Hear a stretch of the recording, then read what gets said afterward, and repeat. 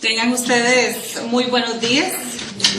El día de hoy vamos a hacer un ensayo, digo yo, de esta modalidad que es taller. Por lo tanto, tenemos una serie de actividades en donde ustedes se van a involucrar, porque el objetivo de este taller no es solamente facilitarles aspectos de tipo teóricos, ni mucho menos estadísticos, pero sí los básicos, los elementos básicos que nos pueden ayudar o contribuir en la elaboración de cuestionarios, en nuestro caso, para los procesos de orientación. Vamos a tener una parte, digamos, teórica muy general, no tan específica de lo que es la disciplina de la orientación, pero sí, como les digo, muy sencilla, de tal manera de que podamos tratar de asimilar los aspectos teóricos fundamentales para elaborar esos cuestionarios. En primer lugar, vamos a partir de que un cuestionario, ¿para qué se utiliza? ¿Para qué utilizamos nosotros de manera general los cuestionarios? Bien, los usamos para medir. Es decir, un cuestionario lo que pretende es hacer una medición de manera general. Por ejemplo, en ciencias exactas, una medición significa asignar números, símbolos o valores a las propiedades de objetivos de acuerdo a reglas específicas. En ciencias sociales, lo que hacemos entonces para realizar una medición es vincular conceptos abstractos con indicadores empíricos. Entonces, ¿qué medimos en ciencias sociales? Opiniones, emociones, actitudes, por ejemplo, disposiciones, percepciones, comportamientos y sentimientos. Si ustedes se fijan, todas estas indicadores son abstractos, es decir, nosotros no los podemos tocar, no son tangibles. Por lo tanto, vamos a tratar en ciencias sociales de asociarlos o vincularlos a algún elemento numérico o símbolo o algún otro valor. Tenemos ahí también las valoraciones. Hay conceptos que son sumamente complejos, que son muy abstractos. Por lo tanto, es necesario construir una serie de ítems o mediciones observables que los puedan aproximar. Una medición, nos dice la teoría, es establecer una correspondencia entre el mundo real y el mundo conceptual. Por ejemplo, si nosotros queremos saber la actitud de los estudiantes respecto, por ejemplo, a la gestión administrativa de la institución educativa o la actitud del estudiantado hacia las matemáticas, vamos a tratar de acercarnos a esa realidad a través de un concepto. De esa manera vamos a elaborar lo que se denominan constructos, variables latentes, es decir, aquellas variables que nosotros no las vemos y que quizás puedan surgir a raíz o como consecuencia de la medición que vayamos a hacer. Podemos elaborar indicadores también, índices y variables subyacentes.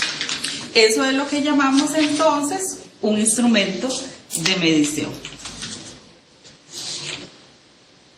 ¿Qué es entonces un instrumento de medición? Vamos a entenderlo como una herramienta que trata de estandarizar los datos que vamos a utilizar para recolectar esa realidad que queremos investigar o diagnosticar a través de una serie de ítems. Bueno, está compuesta de ítems, preguntas o incluso podemos elaborar escalas que van a tener una estructura operacional. Es decir, vamos a determinar de antemano cómo es que vamos a asociar esas preguntas o esos ítems en relación al fenómeno que queremos analizar. Y por lo tanto, vamos a partir de una definición conceptual. Esto quiere decir que este instrumento de medición puede aproximarse lo mejor que se pueda a las variables que se pretende medir. Esto no quiere decir que vamos a medir la realidad de forma exacta, es decir, nos puede dar una aproximación. Es por eso la importancia de que entonces partamos de una definición conceptual que sea actualizada, que sea contextualizada, porque podemos utilizar, por ejemplo, conceptos que no necesariamente apliquen a nuestro país o a nuestra institución educativa. Pero vamos a tratar de que con ese cuestionario que vayamos a utilizar, con ese instrumento de medición, nos acerquemos lo más posible a la realidad. Siempre se va a producir un error. ¿De qué tipo? Bueno, sesgo, por ejemplo, de la persona investigadora. Pueden haber algunos aspectos ahí que podrían sesgar nuestra percepción de esa realidad. También podrían producirse sesgos en la elaboración de los ítems o de las frases, y así un sinnúmero de aspectos que podrían de esa manera desviarnos o sesgarnos de la realidad. En primer lugar, vamos a hablar de este término que lo vamos a estar utilizando en el transcurso de la mañana. Constructo. Vamos a entenderlo como una conceptualización que requiere de un marco teórico para ser definido, que lo sustente.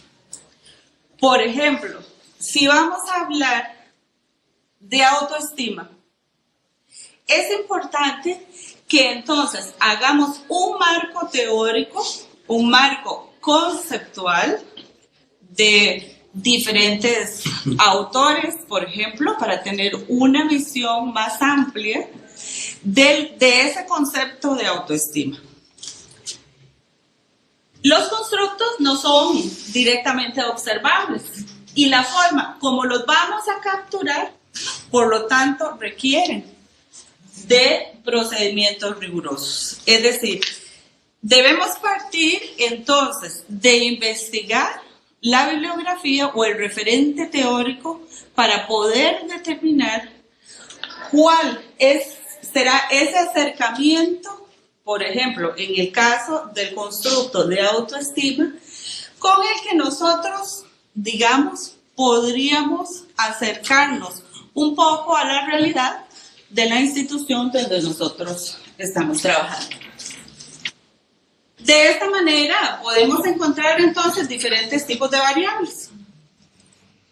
Según el nivel de medición, tenemos las nominales, las ordinales, las de intervalo y las de razón. Esto es importante saberlo, digamos, o tratar de manejarlo, porque el tipo de variable nos va a llevar entonces al tipo de pregunta que podemos incluir en nuestro cuestionario. Las nominales, en este caso, no admiten ningún tipo de orden. Por ejemplo, el estado civil de las personas no es mayor, la persona que está casada o divorciada no es un rango mayor que una persona que está soltera, es simplemente un estado. A diferencia de las ordinales, que sí, efectivamente existe un orden para poderlas categorizar. Por ejemplo, no es lo mismo una persona que tenga, digamos, una maestría a una persona que no tenga ningún tipo de escolaridad o que tenga primaria o secundaria. Entonces, en este caso, las ordinales existe un rango o un orden. Las variables de intervalo nos van a dar magnitudes. En este caso no aceptan valores de cero. Por ejemplo, no podemos decir que en el caso de la temperatura, no podemos decir de que hay temperatura cero, por ejemplo. Y digamos que una temperatura entre 15 y 17 grados centígrados, pues es relativo, no hay ni orden ni nada, ¿verdad? A diferencia de las de razón que sí aceptan, por ejemplo, los valores ceros, en este caso la distancia. Si ustedes observan, digamos en el caso de intervalo y de razón, los valores que puede adquirir, por ejemplo, la temperatura, admiten decimales. Por ejemplo, podríamos decir que estamos a 17.2 grados centígrados. Lo mismo distancia, estamos por ejemplo, del Radisson a San José Centro a 2.24 kilómetros. Es por eso que asumen estas características, a diferencia de la nominal y ordinal, que no aceptan, digamos, valores en la medición con decimales. Según su naturaleza, podríamos tener entonces variables cualitativas y cuantitativas. Las cualitativas las podríamos categorizar en dicotómicas, es decir, aceptan únicamente dos valores, sí o no, frío o caliente, rojo o negro, únicamente dos valores vamos a incluir. Podemos utilizar el 1 y el 2, o el 0 y el 1, para asignarle entonces a la respuesta o a la medición de esa variable cualquiera de esos dos números. Pero también podrían ser politómicas, es decir, podríamos tener valores puntuales en donde la medición de esa variable podría tomar diferentes valores. Las cuantitativas son discretas. Por ejemplo, tenemos primaria, secundaria y el máximo nivel, digamos, de escolaridad, en este caso, universidad. O pueden ser continuas, por ejemplo, las notas de una asignatura. Podemos tener un rango específico, por ejemplo, de 0 a 100 y no más. ¿Cuáles tipos de instrumentos de medición podríamos encontrar? Bueno, el más usual que tenemos es el cuestionario, que lo vamos a entender como un conjunto de preguntas que vamos a utilizar para medir una o más variables. En un mismo cuestionario podríamos medir hasta dos variables. El objetivo de un cuestionario es hacer una exploración y también lo podemos utilizar, en el caso nuestro, en las instituciones educativas, para elaborar algún tipo de diagnóstico sobre una situación específica que se nos vaya a encontrar. El tipo de preguntas que se pueden hacer en un cuestionario están las cerradas, como en el caso que vimos anteriormente, en donde la persona que responde ese cuestionario o esa pregunta tiene una opción cerrada, es decir, las opciones de respuesta posibles que puede encontrar. Por ejemplo, ¿cuáles se les ocurre a ustedes de los casos que hemos visto como pregunta cerrada? La dicotómica. Sí. La dicotómica, por ejemplo, tenemos únicamente dos opciones, sí o no. No hay otro tipo de respuesta. Eso es una pregunta cerrada. Y las abiertas, en este caso, no delimitan alternativas de respuesta, como cuáles, por ejemplo.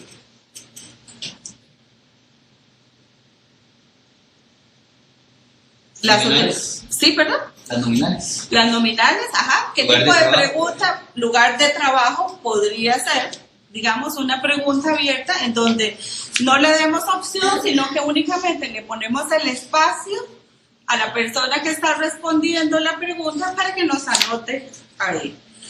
Tipos de preguntas abiertas las utilizamos mucho en los procesos de orientación.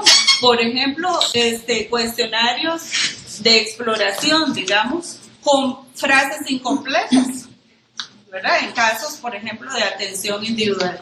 Me gustaría hacer puntos suspensivos. Esa es una pregunta abierta. No le vamos a dar la opción en este caso, a la persona que responde para que nos responda a esa pregunta. La aplicación del cuestionario podría ser autoadministrado, es decir, que nosotros elaboremos el cuestionario, se lo demos al estudiante y que el estudiante conteste todas las preguntas que están ahí en el cuestionario. Podemos hacerle una entrevista personal al estudiante, es decir, nosotros tenemos el cuestionario y nos vamos guiando por las preguntas que tenemos elaboradas ahí en el cuestionario y nosotros vamos anotando las respuestas. O también podríamos dárselas, hacer la aplicación por teléfono. Si no encontramos, por ejemplo, un estudiante que no volvió, por ejemplo, al colegio, podríamos elaborar un cuestionario para determinar cuáles son los factores asociados, por ejemplo, a la deserción. Entonces, si tenemos los datos del estudiante o del padre de familia y podemos llamarlo por teléfono y le podemos aplicar entonces un cuestionario y tener un acercamiento a ese fenómeno que queremos investigar, que es el de deserción. Podemos también hacer un análisis de contenido cuantitativo. Esto se hace cuando hacemos un estudio sistemático y objetivo, por ejemplo, de los mensajes o contenidos. Por ejemplo, podríamos hacer un análisis del contenido sexual en las campañas publicitarias.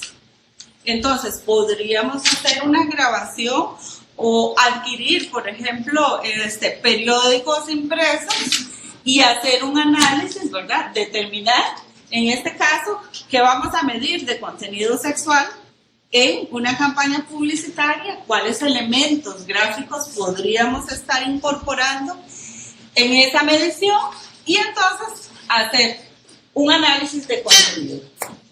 Por ejemplo, si tenemos o queremos saber o conocer los procesos de elección vocacional, podemos utilizar o hacer historias de vida de los estudiantes, por ejemplo, de cuarto o quinto año del colegio, y de esas historias de vida podemos extraer entonces variables que nos puedan medir cuáles son los procesos que siguen los estudiantes de nuestra institución educativa para poderlos asesorar en cuanto a la elección vocacional. Y es, en este caso, cuantificable. También podemos tener instrumentos de observación, que en este caso podríamos hacer un registro sistemático, válido y confiable sobre comportamientos, situaciones observables en la institución educativa y le vamos a incluir una serie o un conjunto de categorías y subcategorías que nos podrían dar un acercamiento a un fenómeno, por ejemplo, como la dinámica en el aula. Las relaciones, por ejemplo, entre pares, los grupos de poder, los comportamientos de liderazgo, etcétera, etcétera. Por ejemplo, también podríamos medir a través de un instrumento de observación manifestaciones de acoso escolar, digamos, durante el recreo. Entonces, esto podría ayudarnos a determinar la presencia de acoso escolar o la intensidad, el grado en que se presenta acoso escolar y los diferentes tipos de manifestaciones de este fenómeno durante las sesiones de recreo en el colegio o en la escuela. También tenemos las pruebas estandarizadas, las psicométricas, las sociométricas y los inventarios. Estos instrumentos específicamente miden variables que son propias de la disciplina. Por ejemplo, podríamos tener algún test de personalidad que es muy propio, digamos, de la disciplina de la psicología. Pero también podríamos encontrar test o pruebas de satisfacción laboral, de sentido de vida, de intereses vocacionales, que es uno de los cuestionarios que utilizamos con mucha frecuencia, de calidad de vida, de depresión, escalas de valores, grados de apego, por ejemplo, del estudiantado hacia alguna persona o alguna institución, etc. Cultura organizacional, adaptación al colegio, indecisión vocacional, etcétera, etcétera, etcétera. Estas pruebas llevan un proceso mucho más riguroso, porque además de eso hay que medirlos constantemente y hay que estarlos actualizando. Incluso las personas que elaboran pruebas estandarizadas tienen una batería de preguntas o de ítems que prueban de manera cíclica para determinar, porque el comportamiento no es estándar.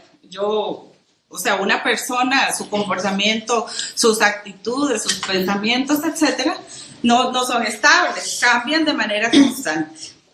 Entonces, las personas que elaboran este tipo de pruebas están constantemente probando cuestionarios, incluyendo ítems, analizándolos, etcétera.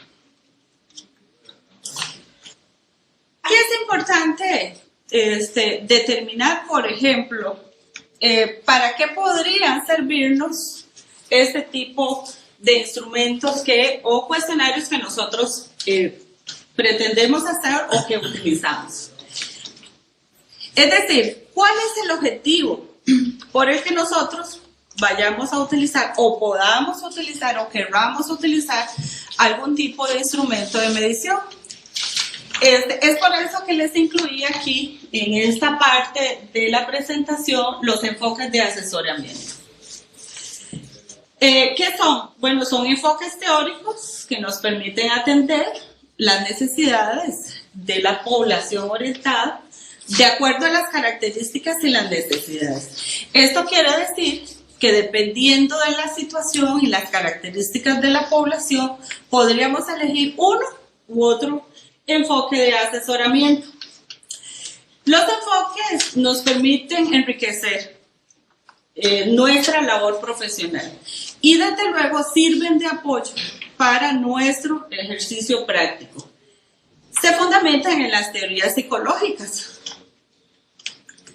Tenemos, por ejemplo, el enfoque cognitivo-conductual, que se centra específicamente en analizar, reconocer, incluso medir las condiciones de ideas de las personas respecto a imágenes, creencias, expectativas. Las emociones también son parte o nos pueden ayudar el enfoque cognitivo-conductual a entender las emociones de las personas, las emociones y las conductas. Lo que busca el enfoque cognitivo-conductual es determinar cuáles son las estructuras mentales de las personas para que ellas utilizan, es decir, qué es lo que están pensando las personas respecto a su realidad, porque cada persona tiene su propia realidad, ¿cierto? Entonces, y además de eso, aquellas experiencias mentales y de comportamiento de las personas. Es decir, ¿por qué una persona, digamos, siente miedo hacia un profesor o hacia una materia específica? Por ejemplo, bueno, el enfoque cognitivo-conductual nos puede ayudar a analizar esas estructuras mentales de ese estudiante, por lo cual está construyendo su propia realidad. Porque podríamos decir, bueno, ¿y cuál es la diferencia? Es el mismo profesor, es la misma materia. Este estudiante le tiene pavor y el resto de los estudiantes no.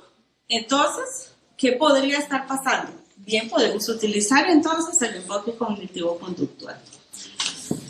Por ejemplo, lo podemos utilizar para el asesoramiento vocacional, para el desarrollo de la carrera, medir la autoeficacia de los estudiantes respecto a la elección de carrera. Podemos medir también conducta vocacional como un aprendizaje social, determinar cuál es la relación, digamos, social de ese estudiante para ayudarlo, digamos, a elegir una carrera específica, procesamiento de la información para la elección de carrera. Con este enfoque de asesoramiento se elaboran entonces cuestionarios de exploración, test, inventarios y un montón. En el caso del enfoque fenomenológico, se concibe a la persona como un ser único. Si ustedes observan, con el enfoque cognitivo, tratábamos entonces de medir a una población específica, a un grupo, por ejemplo, de estudiantes, midiéndolos con una misma reglita, con un grupo, una batería de preguntas. Desde el enfoque fenomenológico, que parte de que todas las personas son seres únicos, se va a buscar el significado de la vida de cada una de las personas. Por lo tanto, se concibe de que la realidad está en permanente y la persona está en permanente evolución y desarrollo. En los procesos de orientación, el enfoque fenomenológico se va a centrar en el aquí y el ahora para construir una situación existencial. Esta en definitiva, o este enfoque en definitiva, nos puede ayudar a contribuir o asesorar a asuntos muy específicos. En este caso, se centra en la investigación, clarificación y desarrollo del concepto de sí mismo. Bajo este enfoque tenemos, digamos, la teoría de rasgos y factores de Super para el proceso de elección de carrera. También conceptos de madurez vocacional, procesos evolutivos y desarrollo vocacional. Porque si ustedes se fijan, ¿verdad?, en relación con el enfoque anterior, es que medíamos momentos específicos. Los procesos evolutivos y de desarrollo parten del hecho de que la persona va a desarrollar o va a elegir, va a hacer elecciones vocacionales dependiendo del desarrollo vocacional y físico o biológico en el que se encuentre. Bajo este tipo de enfoque, entonces tenemos, digamos, instrumentos como los autoinformes, historias de vida, frases incompletas, entrevistas individuales, ¿verdad?, que pueden tener N cantidad de rumbos, estudios de casos, por ejemplo. Les dejo ahí las referencias bibliográficas que aportaron para esta parte teórica. Es quizás una de las partes, digamos, mínimas o fundamentales que nos van a ayudar entonces a desarrollar la próxima actividad.